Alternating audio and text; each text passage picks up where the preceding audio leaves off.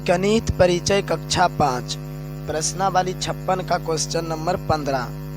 Question number 15 है, एक व्यापारी ने एक टोकरी आम 100 रुपया में खरीदा। 5 रुपया उसे टैक्स देना पड़ा तथा आम लाने में रिक्शा भाड़ा 10 रुपया देना पड़ा। 25 रुपया लाभ कमाने के लिए उस आम को उसे कितना में बेचना होगा।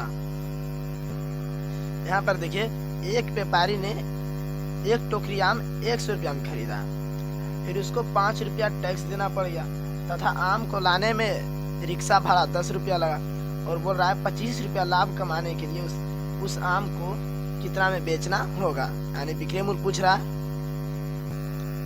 तो क्वेश्चन नंबर 15 में लिखेंगे, एक टोकरी आम का क्रय मूल्य बराबर, तो एक टोकरी आम का क्रय मूल्य कितना हो जाएगा 100 रुपया। ठीक है, फिर देखिए उसको अलग से 5 रुपया टैक्स देना पड़ रहा है, तो 5 रुपया इसी में जोड़ेंगे क्रय मूल्य में ही। ठीक है, क्योंकि वो जो 5 रुपया खर्च हुआ आम पर ही खर्च हो रहा है, फिर आम को लाने में रिक्शा भाड़ा 10 रुपया लग गया। ठीक है, तो क्रय मूल्य में ही 10 रुपया जोड़ेंगे। ठीक है, क्योंकि 5 रुपया जो खर्च हुआ टैक्स देने में आम पर ही, और भाड़ा जो लगा रिक्शा भाड़ा 10 रुपया लाने में आम पर ही खर्चा हुआ। ठीक है, तो क्रय मूल्य में ही जोड़ना पड़ेगा।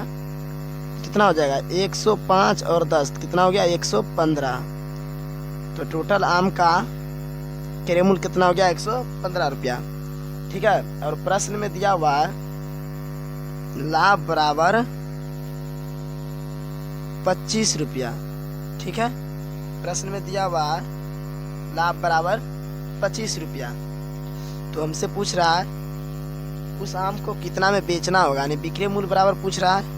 ठीक है, तो विक्रय मूल्य बराबर फार्मूला लगाएंगे। तो लाभ होने पर विक्रय मूल्य बराबर फार्मूला क्या है, क्रय मूल्य प्लस लाभ, क्रय मूल्य प्लस लाभ। ठीक है, तो क्रय मूल्य देखिए कितना निकालें 115 रुपया, तो यहाँ लिखेंगे 115 रुपया प्लस लाभ देखिए दिया हुआ है क्वेश्चन में ही 25 रुपया। ठीक है, तो 115 और 115 और 25 कितना हो जाएगा, तो हो जाएगा 140 रुपया। ठीक है, तो विक्रय मूल्य निकल गया 140 रुपया। तो लिखेंगे अतः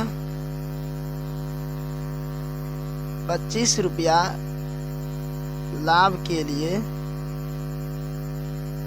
25 रुपया लाभ के लिए उस आम को 140 रुपया में बेचना होगा। अतः 25 रुपया लाभ के लिए उस आम को 140 रुपया में बेचना होगा। तो उसका आंसर क्या हो गया 140 रुपया। ठीक है, अब देखिए क्वेश्चन नंबर 16। क्वेश्चन नंबर 16 है, शीला ने एक स्कूटर 26,540 रुपया में खरीदा। बाद में पाया कि वह स्कूटर ठीक से काम नहीं कर रहा है।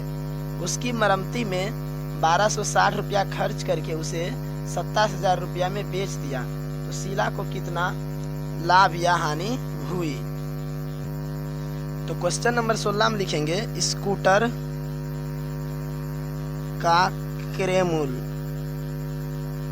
स्कूटर का क्रय मूल्य बराबर, स्कूटर कितना में खरीदा 26,540 रुपया में। फिर उसके बाद क्या हुआ कि बाद में पाया कि स्कूटर ठीक से काम नहीं कर रहा है, तो फिर स्कूटर की मरम्मत करवाया, जो कि खर्चा कितना हो गया 1260 रुपया। तो 1260 रुपया इसी में जोड़ना पड़ेगा। ठीक है, इसी में जोड़ेंगे 1260 रुपया, क्योंकि ये जो 1260 रुपया खर्च हुआ वो स्कूटर पर ही खर्च हुआ, तो स्कूटर के क्रय मूल्य में जोड़ेंगे। ठीक है, तो जोड़ देंगे, देखिए 0 0 0 6 4 10 के 0 बाकी 1 2 5 7 1 8। ठीक है, 1 और 6 7, यहाँ पर 2 कितना गया 27,800 रुपया। तो स्कूटर का टोटल क्रय मूल्य कितना गया 27,800 रुपया। ठीक है, फिर आगे बोल रहा है खर्च करके उसे 27,000 रुपया में बेच दिया, यानी स्कूटर का विक्रय मूल्य कितना हो गया, स्कूटर का विक्रय मूल्य यानी 27,000 रुपया में बेच दिया। तो बोल रहा है शीला को कितना लाभ या हानि हुई, ठीक है, पूछ रहा है उसको लाभ हुआ या हानि। यहाँ पर देखिए क्रय मूल्य कितना है 27,800 रुपया और विक्रय मूल्य कितना है 27,000 रुपया, ठीक है। देखिए टोटल खर्च पड़ गया स्कूटर पर 27,800 रुपया, यानी क्रय मूल्य इतना हो गया और विक्रय मूल्य 27,000 रुपया, तो घाटा लग रहा है उसको, ठीक है, हानि हो रहा है। तो हानि बराबर सूत्र लगाएंगे। देखिए जब क्रय मूल्य ज्यादा रहता है और विक्रय मूल्य कम रहता है तो हानि बराबर फॉर्मूला लगाते हैं, ठीक है। तो हानि हो रहा है इसको, तो हानि बराबर क्या हो जाएगा, क्रय मूल्य माइनस विक्रय मूल्य। तो क्रय मूल्य है 27,800 रुपया माइनस विक्रय मूल्य है 27,000 रुपया, और 27,800 रुपया में से 27,000 घटाएंगे तो कितना बचेगा 800 रुपया।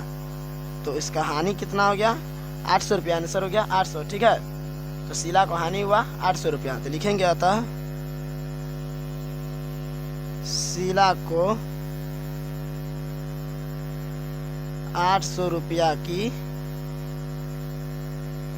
हानि हुई, ठीक है, तो आंसर हो गया 800 रुपया।